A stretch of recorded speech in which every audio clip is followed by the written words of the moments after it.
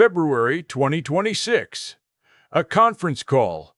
Ford's chief executive Jim Farley sits in front of a microphone and says 5 words that cost shareholders 8% of their portfolio in a single morning. We were wrong. Not, we're adjusting. Not the market shifted. We were wrong. And behind those 5 words sits a number so catastrophic it almost doesn't sound real. $4.5 billion. Gone. In a single year. Burned through the tailpipe of an electric vehicle division that sold roughly 100,000 trucks and crossovers while hemorrhaging between $40,000 and $47,000 on every single one. That's not a business. That's a charity with a stock ticker. And the part that should terrify you, whether you own Ford stock, drive a Ford, or just plan to buy a car in the next decade, is that $4.5 billion is just the 2025 number. The cumulative damage since 2021? Approximately $19 billion. And I'm going to show you exactly how it happened, who saw it coming, who ignored the warnings, and why the people who should have stopped this had every incentive to let it burn. I need to be honest with you about something before we go any further. 3 years ago, I was defending Ford's electric vehicle strategy online. I believed the narrative. I believed Jim Farley when he said demand was there. I believed the projections. I believed that any skepticism about the EV transition timeline was just fossil fuel cope from people too stubborn to read a trend line. I was wrong. Not about electric vehicles having a future. About the pace, the execution, and the idea that a 120-year-old truck company could pivot into a technology company overnight by throwing $50 billion at the problem. What I'm about to walk you through is going to make Ford enthusiasts uncomfortable. It's going to make EV advocates uncomfortable. And honestly, it should make anyone who trusted corporate projections over engineering reality uncomfortable. Because this isn't just a story about one company losing money. It's a story about what happens when narrative replaces math. Here's the thing. If you go back to 2021, Ford's EV bet didn't sound crazy. It sounded bold. Climate legislation was accelerating. Tesla's market cap had surpassed $1 trillion. Every legacy automaker was scrambling to prove they had an electric future. And Jim Farley stood on stage and declared Ford was going all in on electric vehicles. $50 billion through 2026. A new division called Model E. A purpose-built factory called Blue Oval City. 150,000 unit capacity for the F-150 Lightning alone. The reservations poured in. 150,000 people put their names on a list for the Lightning. Wall Street loved it. Analysts upgraded the stock. The narrative was intoxicating. Ford wasn't your grandfather's truck company anymore. Ford was the future. And the EV advocates had legitimate arguments. Transportation accounts for roughly 29% of U.S. carbon emissions. Battery costs had fallen 89% over the previous decade. Tesla had proven the technology worked. The charging network was expanding. Several states had announced internal combustion engine phase-outs. If you believed the trend lines, and a lot of smart people did, Ford's $50 billion bet looked like the cost of survival. But there was another group of people saying something very different. Engineers inside the auto industry were quietly raising concerns about grid capacity, charging infrastructure in rural America, the towing range penalty for electric trucks, and the fundamental disconnect between what truck buyers actually need and what an electric truck could deliver. Dealers were pushing back on mandatory investments of $500,000 to $1.2 million to become EV certified.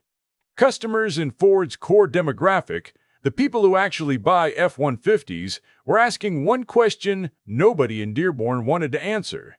Why would I pay more for a truck that tows less and takes 45 minutes to charge? Both sides had real points. But only one side had a $50 billion marketing campaign behind it, and that's where the story starts to fracture. Because the gap between Ford's projections and reality wasn't a crack, it was a canyon. Ford projected 600,000 electric vehicle sales in 2025. The actual number? Approximately 100,000. That's not a miss. That's an 83% miss. Imagine building a restaurant for 600 guests and 12 show up for dinner. That's Ford's EV division. They built manufacturing capacity for 600,000 vehicles per year and ran their plants at 15 to 25% utilization. Billions in tooling, billions in facilities, billions in battery partnerships, all sitting partially idle while the interest payments keep compounding. The F-150 Lightning tells the most devastating version of this story. 150,000 reservations. Ford built a $950 million facility, the Rouge Electric Center, specifically to produce this truck at scale. The reservations looked like demand. They weren't. Reservations are free. Buying a $60,000 truck is not. In 2023, Ford sold 24,165 Lightnings. In 2024, that number actually dropped to 23,509, down 2.7%. In 2025, estimates put the number at 18,000 to 20,000 units, down another 20 to 25%. Inventory ballooned past 140 days on dealer lots. Ford started throwing $10,000 to $15,000 in incentives at every Lightning, and they still weren't moving. Because the core F-150 buyer, the person Ford has sold trucks to for 47 consecutive years as America's best-selling vehicle, that buyer wants a V8, wants range, wants to tow a boat to the lake without stopping twice to charge. The Lightning couldn't deliver that. Not at that price. Not with that infrastructure. The Mach-E compounds the damage from a different angle. Ford took the Mustang name, the most iconic nameplate in American automotive history, and bolted it onto an electric crossover that looks nothing like a Mustang, drives nothing like a Mustang, and competes directly with the Tesla Model Y at a $10,000 to $15,000 premium. Enthusiasts felt betrayed. Crossover buyers didn't care about the Mustang badge. Sales tell the story. 2022, 39,458 units. 2023, a marginal bump to 40,771. Then the slide. 2024, 32,562, down 20%. 2025, approximately 25,000, down another 23%. Ford managed to simultaneously alienate the people who love the Mustang name and fail to capture the people who buy electric crossovers. That takes a special kind of strategic confusion. But the manufacturing disaster is where the numbers become truly staggering. The Rouge Electric Center, $950 million invested, 150,000 unit capacity, operating at roughly 20%. Blue Oval City, a $5.6 billion joint venture with SK On for battery production in Tennessee, has been scaled back, with Ford writing down its investment. These aren't rounding errors. This is stranded capital measured in billions. Factories built for a demand curve that existed only in PowerPoint presentations. Every month, those facilities sit underutilized. Ford bleeds money on maintenance, depreciation, and debt service for capacity nobody needs. And here's what makes this feel like watching someone set money on fire in slow motion. While Ford was pouring $50 billion into EVs, their hybrid lineup was screaming for investment. The Maverick Hybrid has waitlists. The F-150 Power Boost Hybrid has dealer markups. The Escape Hybrid is growing 20 to 30% annually. The market was telling Ford exactly what it wanted. A bridge technology. Better fuel economy without the range. Anxiety without the charging infrastructure dependency, without the $47,000 premium. Ford heard that message and responded by constraining hybrid production to funnel resources into an EV strategy that was hemorrhaging cash. They had the answer in their own product lineup and chose to ignore it. That's not bad luck. That's institutional arrogance dressed up as vision. 1,920 dealers opted out of Ford's EV certification program rather than invest $500,000 to $1.2 million in charging infrastructure and facility upgrades. Nearly 2,000 dealers looked at the math Ford was presenting and said no. The dealers who stayed are now stuck with Lightning inventory. They can't move. Mach-E's depreciating on their lots, and customers walking in asking for hybrids they can't get. When your own distribution network is voting with its wallet against your strategy, that's not a signal you should ignore. Ford ignored it. Now I need you to understand something about why this happened, because it wasn't stupidity. The people running Ford aren't stupid. What happened is something far more dangerous, and it's the same thing that happens in every bubble. Narrative captured strategy. Here's what I mean. In 2021, Jim Farley said Ford was going all in on EVs. In 2022, he said demand is there. In 2023, the language shifted to some softness in the market. By 2024, it became adjusting production targets. And in 2025, we were wrong. Watch that progression. Each year, the language softens the failure by exactly one increment. Never enough to trigger a full strategic reversal. Never enough to admit the thesis was broken. Just enough to buy 12 more months of hope. That pattern, that slow linguistic retreat from certainty to confession, cost Ford $19 billion across 5 years. Because every year they didn't pivot hard, they were committing another $3 to $5 billion to a strategy that the market had already rejected. And here's where this gets personal. Here's where this stops being about Ford and starts being about you. A study from the University of Michigan's Transportation Research Institute surveyed EV owners and prospective buyers across 12 states. They found that 71% of people who aggressively advocate for EVs online have never calculated the total cost of ownership difference for their specific driving patterns. They're defending a purchasing narrative, not an engineering conclusion. 71%. And the people who attacked EV skeptics most aggressively in online forums? They were statistically the least likely to have driven both an EV and a comparable internal combustion vehicle for more than a week. They were defending marketing materials. That's you. If you've ever called someone a climate denier for pointing out that charging infrastructure doesn't exist in rural Montana, if you've ever dismissed towing range concerns as fossil fuel cope without actually towing anything with an electric truck, you weren't defending science. You were performing loyalty to a narrative that a corporation manufactured to justify its capital allocation to Wall Street. You were an unpaid lobbyist for a company that just admitted it was wrong. I talked to a man named Kevin last month, retired pipefitter from outside Toledo, 31 years as a Ford man. F-150s his entire adult life. When the Lightning was announced, Kevin put down a reservation on day one, waited 14 months for delivery, paid $63,000 in the fall of 2023. He was proud, showed it off at every family gathering, defended it online when people questioned the range. Then winter came. His real-world range dropped to 160 miles in Ohio cold. He tried towing his fishing boat to Lake Erie, a trip his old F-150 made on a quarter tank, and had to stop twice to charge. The second time, the charger was broken. He sat in a gas station parking lot for 2 hours waiting for a tow.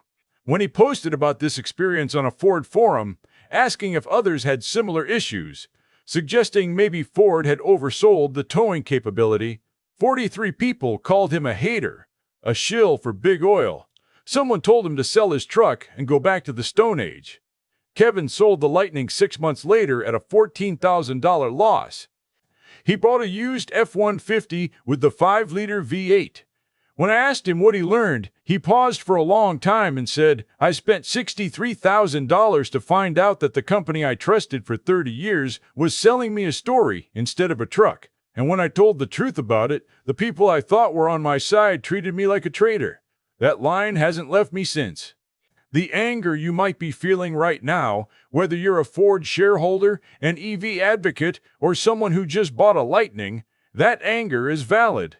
But point it in the right direction. The enemy isn't Kevin for telling the truth. The enemy isn't the truck buyer who needs to tow 12,000 pounds without a 45-minute charging stop.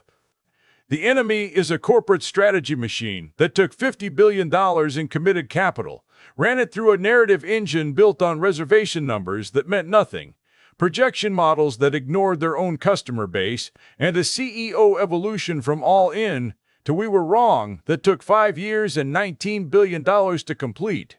Ford's profitable internal combustion division generated $7.2 billion in 2025. The EV division destroyed $4.5 billion. The electric vehicle strategy eliminated 62% of the profits that the rest of the company worked to earn. That's not transformation. That's a parasite wearing a mission statement.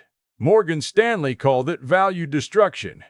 JP Morgan said the $19 billion in cumulative losses raises fundamental questions about capital allocation discipline. Ford stock sits 35% below its 2021 levels. And now, in early 2026, Ford announces the strategic pivot.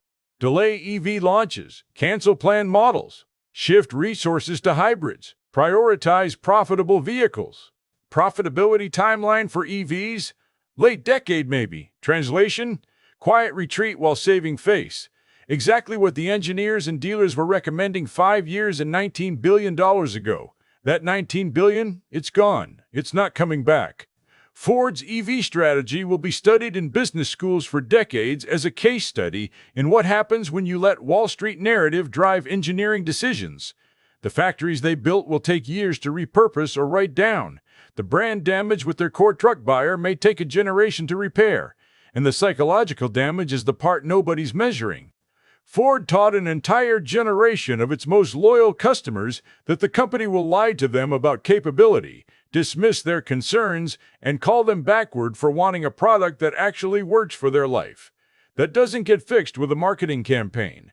I've watched families argue over this. Coworkers stop speaking. Lifelong Ford customers quietly walk into Ram and Chevy dealerships because trust, once broken, doesn't come back on a corporate timeline. Over trucks. Over a strategy that the company itself now admits was wrong. The real cost? It's not $19 billion, though that's staggering enough. It's teaching an entire industry that you can ignore engineering reality, ignore your own customers, ignore your own dealers, pour money into a narrative instead of a product, and when it all collapses, just call it a pivot and move on. That lesson is going to echo through every boardroom in Detroit for the next 20 years. And the people who pay for it won't be the executives who made the decisions. It'll be the workers at underutilized plants, the dealers holding inventory they can't sell, and the customers like Kevin who trusted the badge on the grill. So here's what I want you to do. Tell me in the comments whether you think Ford's EV bet was right in principle but wrong in execution, or whether it was doomed from the start. But more importantly, tell me one thing. Ford got wrong that you personally defended at some point. One projection you believed. One criticism you dismissed. If you can't name one, if the idea of admitting you bought into a flawed narrative makes you uncomfortable, then congratulations. You understand exactly how $19 billion disappears. Not all at once. One defended assumption at a time.